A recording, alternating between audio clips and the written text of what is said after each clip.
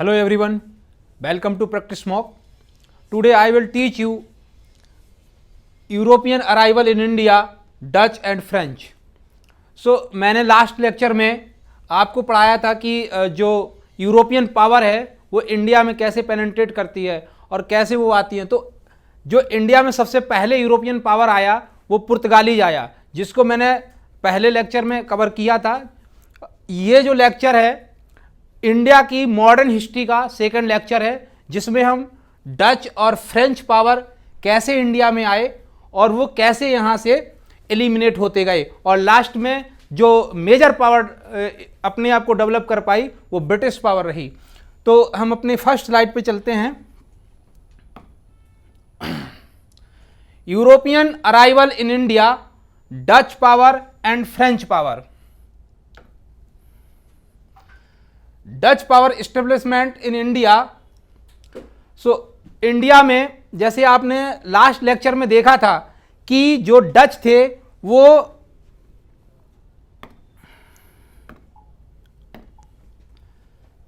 (1554) AD में India आए, but उनकी जो फैक्ट्री थी वो एस्टेब्लिश नहीं हुई, या उन्होंने जो कंपनी थी वो एस्टेब्लिश नहीं की। वो इंडिया आए थे 1554 AD में, और उनकी जो कंपनी एस्टेब्लिश हुई तो Dutch east India company was established in 1602।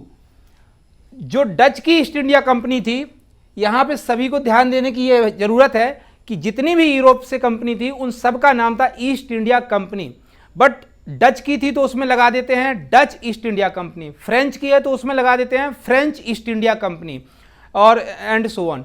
But अगर ओनली ईस्ट इंडिया कंपनी लिखा है तो इसका मतलब होता है ब्रिटिश ईस्ट इंडिया कंपनी। ठीक है, सो यहाँ पे Dutch east India company was established in 1602 AD। 1602 में डच ईस्ट इंडिया कंपनी की स्थापना हुई। इन 1605 the Dutch establishment first factory in India which was located at Masulipatnam. तो जो इंडिया में डचों की पहली फैक्ट्री थी वो 1605 में मसूलीपट्टनम में लगाई गई। अब जैसा कि मैंने आपको लास्ट लेक्चर में एक डायग्राम दिखाया था जिसमें मैंने कुछ इंपॉर्टेंट सिटीज, इंपॉर्टेंट लोकेशंस को दिखाया था, तो उसमें मसूलीपट्टनम को दिखाया था कि मसूलीपट्टनम कहाँ है। तो मसूलीपट्टनम इस समय जो है वो आंध्र प्रदेश में आता है।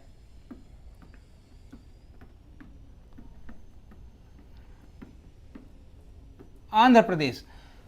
यदि एग्जामिनर ये पूछता है कि मसूलीपट्टनम सिटी कहाँ पे है, किस स्टेट के अंदर लोकेट करती है, तो ये आपको बताना है कि ये आंध्र प्रदेश में लोकेट करती है, जहां पर डचों ने अपनी पहली फैक्ट्री लगाई। लास्ट लेक्चर में मैंने बताया था कि जो पुर्तगालियों की पहली फैक्ट्री थी वो कोचीन में लगाई गई थी। तो ये सब क्वेश्चन इंपॉर्टेंट है, पूछा जाता है कि ब्रिटिश की फर्स्ट फैक्ट्री कहाँ लगी थी, पुर्तगालीज की कहाँ लगी थी, डच की कहाँ लगी थी, फ्रेंच की कहाँ लगी थी। तो डच की आपको यहाँ याद रखना है मसूलीपट्टनम में लगी थी। अब हम लोग आगे चलते हैं। तो जो उनका हेड क्वार्टर था, जो मुख्यालय डचों ने बनाया, वो कहाँ पे बनाया था? पुलिकट में बनाया था। पुलिकट एक झील भी है, आपको याद होगा। तो पुलिकट में इन्होंने क्या किया था, डच ने अपना हेड क्वार्टर बनाया। इसे बाद में शिफ्ट कर दिया था कहाँ? नागापट्टनम में। नागापट्टनम कहाँ पड़ता है? तमिलनाडु में पड़ता है। यहाँ पर जो है उन लोगों ने शिफ्ट कर दिया था, तमिलनाडु में नागापट्टनम है। They traded mainly cotton cloth, silk, salt, rice. तो जो डच थे वो मुख्यतः कॉटन, सूती कपड़ों का व्यापार करते थे, सिल्क का करते थे, साल्ट का, राइस का। और एक इंपॉर्टेंट है कि गोल्ड पेगोडा। गोल्ड पेगोडा क्या था? पेगोडा एक ऐसा वर्ड है जिसका मतलब होता है कि सिक्के, किसी मेटल के सिक्के। तो गोल्ड पेगोडा का मतलब कि सोने के सिक्के, जो कि आपको जो डच की मिंट थी, मिंट मतलब होता है जहां पर जो सिक्के हैं वो वहां पर ढलते हैं। तो डच की जो मिंट थी पुलिकट में, वहां पर इन लोगों ने गोल्ड पेगोडा बनाया, यानी कि सोने के सिक्के बनाए। तो पूछा जाता है कि जो गोल्ड पेगोडा है डच का, वो उसकी जो मिंट है वो कहाँ पर थी, कहाँ से मिले थे? तो पुलिकट से मिले थे। अच्छा, इसका दूसरा नाम भी है, इसे जो ये गोल्ड पेगोडा है इसे बैंकेट सुरा टाइप पेगोडा भी कहा जाता है। ये सोने के सिक्के हैं। अब इसके अलावा जैसे यहाँ पे बताया गया कि पहली फैक्ट्री मसूलीपट्टनम में लगाई गई है, फिर ये लोग जो है पुलिकट में हेडक्वार्टर बनाया। तो इनके कुछ दूसरे रीजन भी थे जहाँ पर डचों ने अपना एस्टैब्लिशमेंट किया। जैसे सूरत में इन लोगों ने 1616 में किया था, 1616 में किया, बिमलीपट्टनम में किया, कराईकल में किया, चिंसौरा में किया। चिंसौरा में 1653 में किया था। ये 1653 में मैंने यहाँ डेट इसलिए लिखा है क्योंकि डच एंग्लो फर्स्ट वार 1653 से स्टार्ट हुआ था, जब इन लोगों ने चिंसूरा को अपने अंतर्गत जो है पावर में लिया था। तो यहाँ पर इन्होंने अपना एस्टेब्लिशमेंट किया था, तभी Anglo French Anglo Dutch revolt शुरू हुआ था 1653 में। और दूसरी जगह है कासिम बाजार है, ये मुर्शिदाबाद के पास पड़ता है। मुर्शिदाबाद आपका जो है बंगाल, वेस्ट बंगाल के रीजन में आता है, तो कलकत्ता के आसपास जो है ये कासिम बाजार पड़ता है। पटना है, ये बिहार का कैपिटल है। और नागापट्टनम आपको बताया है मैंने, जहाँ पे इन्होंने अपनी जो है कैपिटल जो थी पुलिकट से नागापट्टनम में शिफ्ट की थी। अब हम लोग चलते हैं नेक्स्ट स्लाइड पर। डील ऑफ 1667, जो 1667 की डील थी, इसे हम लोग सेकेंड एंग्लो डच वार भी कहते हैं। जो एंग्लो वर्ड है इसका मतलब होता है ब्रिटिश। ब्रिटिश तो अंग्रेजों के जो भी बैटल होते हैं किसी भी पावर के साथ, तो उसको एंग्लो बैटल बोलते हैं। यानी कि डच के साथ है तो एंग्लो डच वार रहेगा, और फ्रेंच के साथ है तो एंग्लो फ्रेंच वार रहेगा। अब इसमें हुआ क्या, इसमें यह हुआ कि जो डचों का एरिया था या जहां पे डच एस्टेब्लिशमेंट थे, तो वहां पे जो वार हुए तो डच और ब्रिटिश के बीच में यह समझौता हुआ कि डच जो है इंडोनेशिया चले जाएंगे और इंडिया में जो भी टेरिटरी उन्होंने ऑक्युपाइड की है उस सबको ब्रिटिश को मिल जाएगा। तो और जो इंडोनेशिया में टेरिटरी ब्रिटिश की है वो ब्रिटिश डचों को दे देगा। इस प्रकार से इंडोनेशिया में डचों ने एस्टेब्लिशमेंट किया और इंडिया में ब्रिटिश ने एस्टेब्लिशमेंट किया। तो इसी से पता चलता है कि डच इस तरीके से धीरे धीरे इंडिया से बाहर हो गए और ब्रिटिश स्थापित होते गए। अच्छा, इसी के अंतर्गत आगे एक दूसरी ट्रीटी है, द ट्रीटी ऑफ रिस्बिक 1697। तो 1697 की रिस्बिक की जो संधि है वो हुई। अब ये क्या था, इसमें यह था कि जो पौंडुचेरी है, पौंडुचेरी की जो है स्थापना हुई थी 1674 में, जिसे हम आगे बताएंगे। जो फ्रेंच जो पर्सनल थे उन्होंने स्थापित किया था, तो वहां पर इनका फिर से एस्टेब्लिशमेंट होने लगा था। 1667 में इंडोनेशिया चले गए थे, परंतु जब पौंडुचेरी की स्थापना हुई, कब हुई, जो है 1674 में हुई है, तो ये लोग फिर से वहां पर आने लगे पौंडुचेरी के पास। पौंडुचेरी को स्थापित किया था किसने, फ्रेंच ने। तो यहां से 1653 में Pondicherry was captured by Dutch force. जो फ्रांसीसियों ने, फ्रेंच ने पौंडुचेरी की स्थापना की थी, वहां पर 1693 में डच ने अपना कब्जा कर लिया। तो वहां पर फिर से युद्ध होता है, तो उसी युद्ध की शांति के लिए ट्रीटी ऑफ रिस्बिक होता है, रिस्बिक की संधि होती है 1697 में। ठीक है, और इस संधि के अंतर्गत क्या होता है, जो डच ने जो कब्जा कर लिया था पौंडुचेरी का, वो फिर से वो वापस कर देते हैं फ्रेंच को। तो इसमें देखिए, treaty of Ryswick was signed between Dutch and French. Question आएगा कि जो रिस्बिक की संधि है वो किसके बीच साइन हुई थी, कौन दो फोर्सेस थी, ब्रिटिश, फ्रेंच, पुर्तगाली, इस तरीके से क्वेश्चन बनेगा। तो आंसर है इसका कि डच और फ्रांसीसियों और डचों के बीच रिस्बिक की संधि हुई थी। कब हुई थी, 1697 में हुई थी। और इसमें हुआ क्या था, इसमें यह हुआ था कि डचों ने पांडुचेरी से अपना कब्जा छोड़ दिया था और फ्रांसीसियों को दे दिया था। नेक्स्ट है द बैटल ऑफ चिंसौरा। इसे बेदरा का युद्ध भी कहा जाता है, बैटल ऑफ बेदरा। तो यह कब हुआ था, यह हुआ था 1759 में। तो इसमें क्या है कि the battle of Chinsurah took place near Chinsurah, India on 25 November 1759 during the 7 year wars between forces of British troops and Dutch force. तो अब जो ये हमारा चिंसौरा का बैटल है, ये फिर से हमारा किसके बीच होता है? ब्रिटिश ट्रूप यानी कि जो है अंग्रेजों के बीच, जो इंग्लैंड के थे उनके बीच, ब्रिटिशर्स के बीच और डच के बीच होता है। कौन सा? Battle of Chinsurah. इसको बैटल ऑफ बेदरा भी कहा जाता है। क्वेश्चन है कि बैटल ऑफ बेदरा कब लड़ा गया था? तो आपको बताना है 1759 में लड़ा गया था। किसके किसके बीच लड़ा गया था? कौन सी दो पावर थी? तो ब्रिटिश और डच के बीच लड़ा गया था। तो अब हम लोग चलते हैं नेक्स्ट स्लाइड पर। यह हमारी इंडिया है, पॉलिटिकल मैप ऑफ इंडिया। यह हमारा भारत का राजनीतिक मैप है। इसमें सभी स्टेट की बाउंड्री और जो मेजर सिटीज हैं उसको दर्शाया जाता है। इसको मैंने यहां पे इसलिए लाया हूं कि मैं आपको ये जो पौंडुचेरी का एनम है, आपका ये माहे है, यहां पर कराईकल है और ये पौंडुचेरी है। ये मैं 4 प्लेस आपको दिखाना चाहता हूं कि एनम, पौंडुचेरी, कराईकल और माहे। माहे केरल के साथ घिरा हुआ है लेकिन ये आता है पौंडुचेरी में। इसी प्रकार से कराईकल, पौंडुचेरी और ये एनम, एनम आंध्र प्रदेश से घिरा हुआ है लेकिन ये आता है पौंडुचेरी में। पौंडुचेरी भारत का एक संघ शासित राज्य है, यूनियन टेरिटरी है, जिसमें 4 जिले हैं। एक जिला है एनम जो कि आंध्र प्रदेश से घिरा हुआ है, दूसरा है माहे जो कि केरला से घिरा हुआ है, तीसरा कराईकल जो कि तमिलनाडु से घिरा हुआ है और पौंडुचेरी स्वयं में एक जिला है जो कि तमिलनाडु से घिरा हुआ है। तो 4 जिले 3 राज्यों से घिरे हुए हैं। ये पौंडुचेरी की इस समय की वर्तमान की जो है डिसाइडेड कंडीशन है। अब हम लोग चलते हैं आगे। French power establishment in India. जो डच से था वो मैंने आपको बता दिया। डच में हम लोगों ने यहां से पढ़ा कि डच 1602 में कंपनी स्थापित हुई, मसूलीपट्टनम में पहली फैक्ट्री लगी, पुलिकट को हेडक्वार्टर बनाया और फिर इन्होंने गोल्ड पेगोडा बनाए हैं और मतलब सोने के सिक्के बनाए हैं जो कि पुलिकट मिंट में बनाए गए।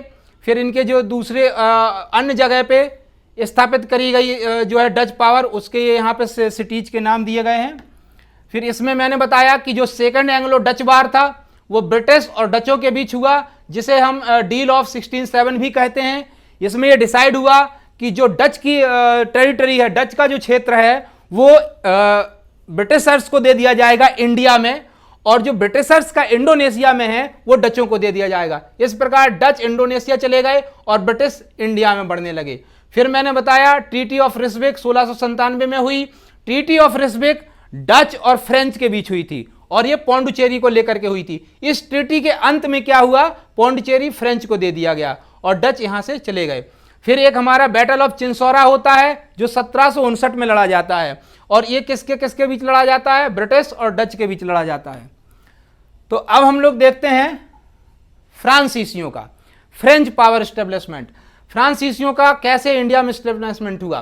तो जो फ्रेंच ईस्ट इंडिया कंपनी है, यानी कि फ्रांसीसियों के द्वारा ईस्ट इंडिया कंपनी की जो स्थापना हुई वो किसने की? Gene Baptiste Colbert.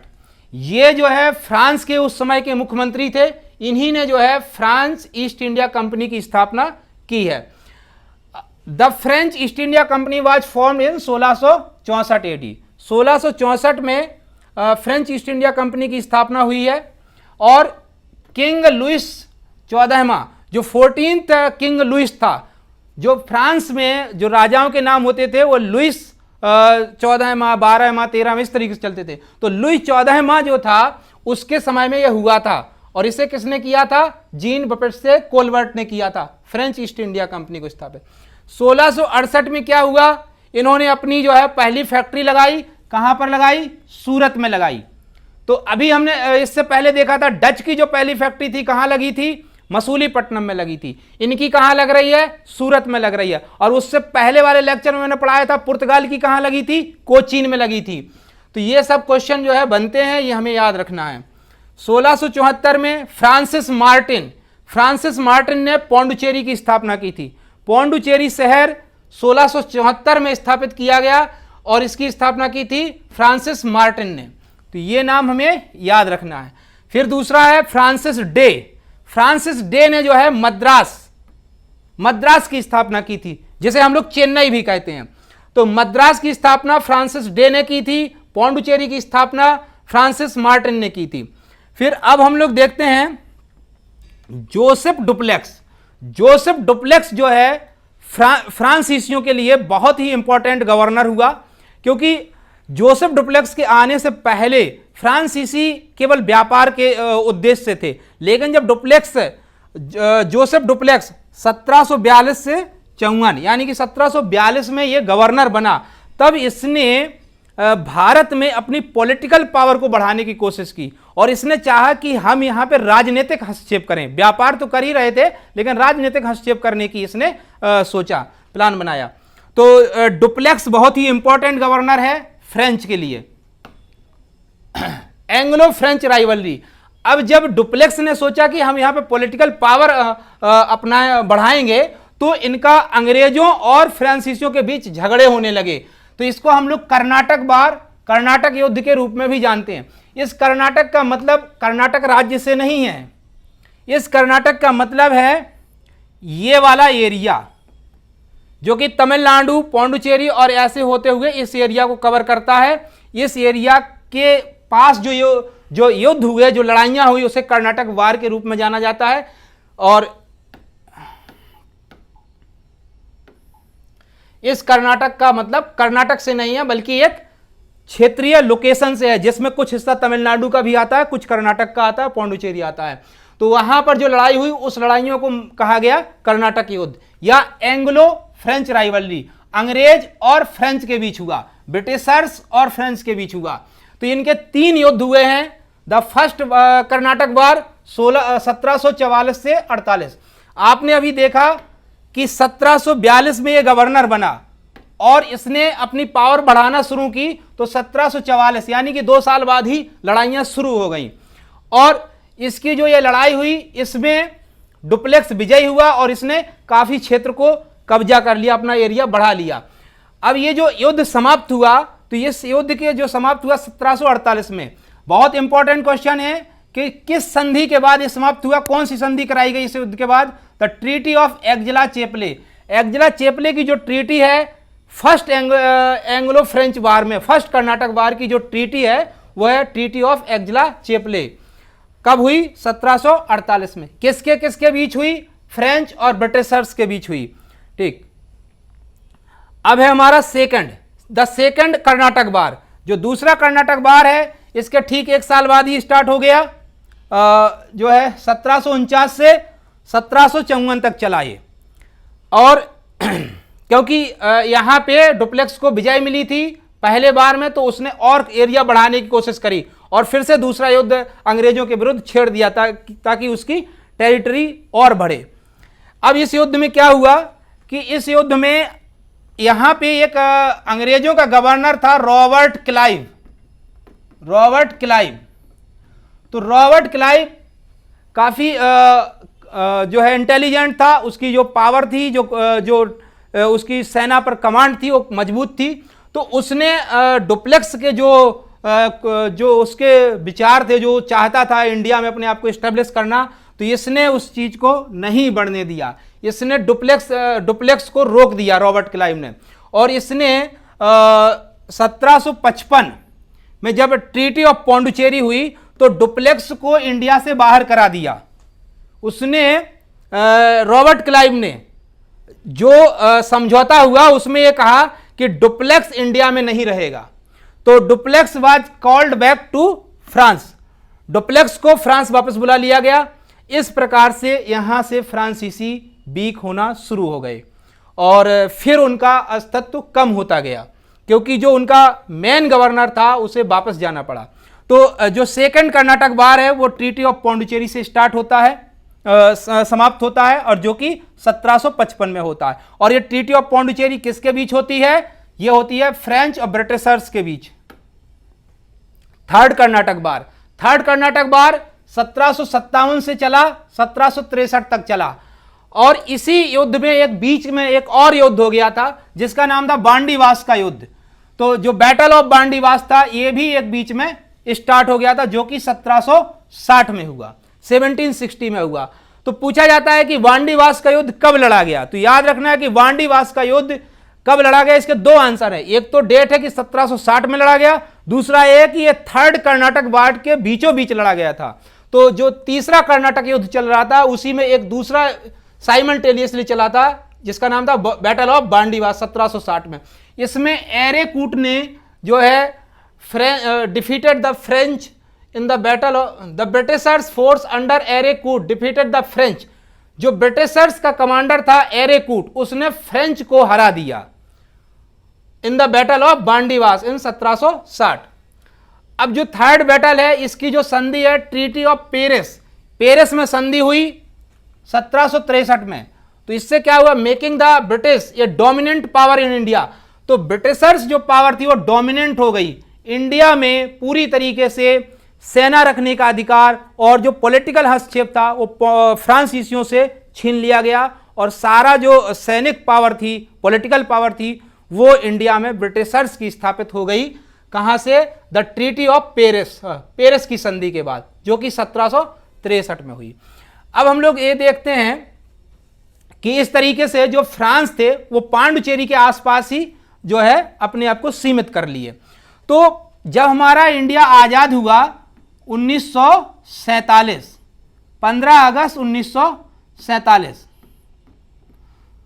15 अगस्त 1947 को जो इंडिया आजाद हुआ, इंडिपेंडेंस ऑफ इंडिया हुआ, वो वहां पर आजाद हुआ जहां पर ब्रिटिश पावर का टेरिटरी थी। लेकिन जहां पर पुर्तगाली थे, मैंने लास्ट लेक्चर में बताया था कि पुर्तगाली जो थे वो हमारे 1961 में गए थे। मतलब कि जो गोवा का इंडिपेंडेंस हुआ था वो 1961 में हुआ था। इसी प्रकार से जो फ्रांसीसी जहां से गए पौंडुचेरी से, तो उन्होंने पौंडुचेरी को जो इंडिपेंडेंस दी वो अक्टूबर 18, 1949 में दी। तो पौंडुचेरी से फ्रांसीसियों का अस्तित्व खत्म हो गया, उनका शासन खत्म हो गया। कब, अक्टूबर 18, 1954। और धीरे धीरे उनका प्रशासन पौंडुचेरी का स्थापित होने लगा और अल्टीमेट जो यूनियन टेरिटरी पौंडुचेरी बना वो 1963 में बना है। अब इसमें जो ये पौंडुचेरी के 4 इनक्लेव थे इन 3 स्टेट्स, तमिलनाडु, आंध्र प्रदेश, केरला, ये मैंने आपको यहां पे दिखाए थे कि पौंडुचेरी का एनम है, पौंडुचेरी है, कराईकल और माहे है। माहे केरला के पास घिरा हुआ है, कराईकल और पौंडुचेरी तमिलनाडु से, एनम आंध्र प्रदेश से। तो ये यहां पे दिखाया गया है, there are 4 enclave of UTs of Puducherry surrounded by 3 state, Tamil Nadu, Andhra Pradesh, Kerala, which are Karaikal, Yanam, Mahe और पौंडुचेरी। तो ये हमारा आज का लेक्चर था। इस तरीके से हमने इस लेक्चर में पौंडुचेरी में फ्रांसीसी और डच पावर कैसे आए, कहाँ पे उन्होंने पहली फैक्ट्री स्थापित की और कहाँ कहाँ कौन से युद्ध लड़े, कौन सी संधियाँ हुई, और फिर कैसे डच और फ्रांसीसी बहुत ही सीमित हो गए। डच इंडोनेशिया चले गए, फ्रांसीसी पौंडुचेरी के आसपास ही सिमट गए और ब्रिटिशर्स ने अपने आप को पूरा स्थापित किया। और पौंडुचेरी कब स्वतंत्र हुआ, तो यह 1954 में स्वतंत्र हुआ। आज इतना ही बताना था। तो thanks for watching this video. Like, share, subscribe this channel.